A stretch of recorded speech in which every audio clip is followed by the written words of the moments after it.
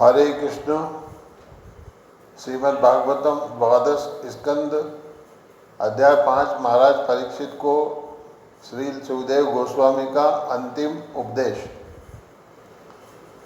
श्री सुखदेव गोस्वामी ने कहा, इस श्रीमद् भागवत की विविध कथाओं में भगवान हरि का विस्तार से वर्णन हुआ है, जिनके प्रसन्न होने पर ब्रह्मा जी उत्पन्न होते हैं और उनके क्रोध से रुद्र का जन्म होता है।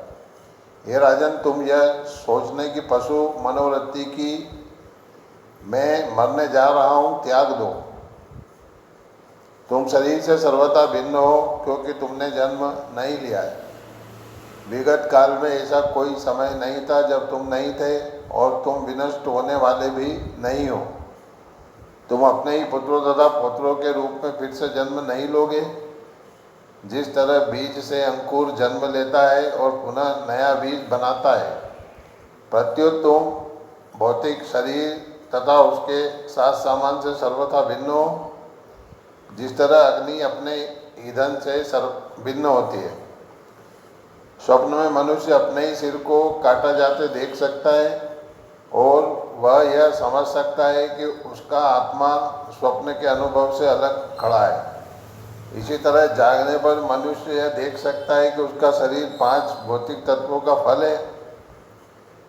इसलिए यह माना जाता है कि वास्तविक आत्मा उस शरीर से पृथक है जिसे वह देखता है, और वह अजन्मा तथा अमर है। जब घड़ा टूट जाता है तो घड़े के भीतर का आकाश पहले की ही तरह आकाश तत्व बना रहता है।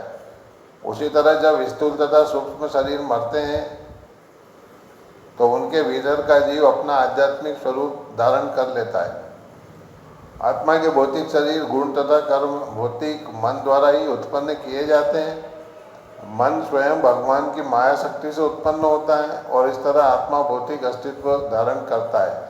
दीपक अपने ईंधन, पात्र, बत्ती तथा अग्नि के सम्मेल से ही कार्य करता है। इसी तरह भौतिक जीवन शरीर के साथ आत्मा की पहचान पर आधारित होने से उत्पन्न होता है, और रजो, तमो तथा सतो गुणों के कार्यों से विनष्ट होता है, जो शरीर के अवयवी तत्व हैं। शरीर के भीतर का आत्मा स्वयं प्रकाशित है और दृश्य स्थूल शरीर तथा अदृश्य सूक्ष्म शरीर से पृथक है। यह परिवर्तनशील शरीरों का स्थिर आधार बना रहता है, जिस तरह आकाश भौतिक रूपांतर की अपरिवर्तनशील पृष्ठभूमि है।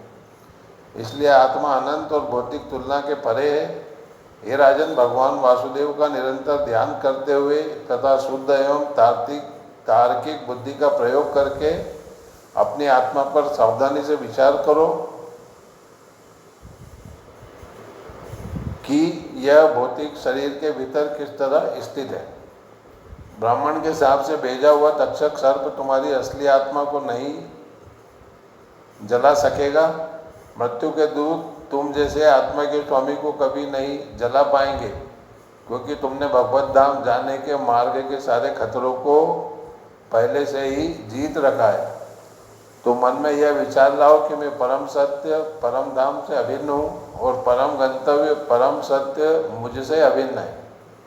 इस तरह अपने को परमात्मा को सौंपते हुए, जो सभी भौतिक उपाधियों से मुक्त है, तुम तक्षक सर्प को जब वह तुम्हारे पास पहुंचकर अपने विष दंतों से तुम्हारे पैर में काटेगा तो तुम्हें पता तक नहीं लगेगा।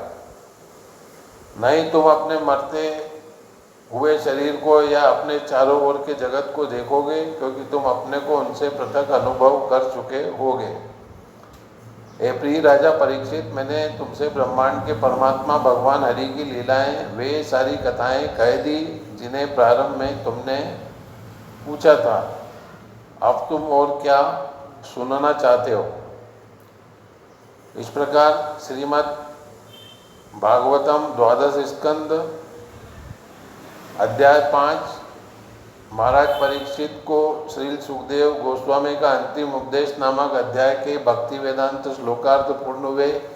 हरे कृष्ण कृष्ण कृष्ण हरे हरे, हरे राम राम राम हरे हरे, हरे कृष्ण कृष्ण कृष्ण हरे हरे, हरे राम राम राम हरे हरे।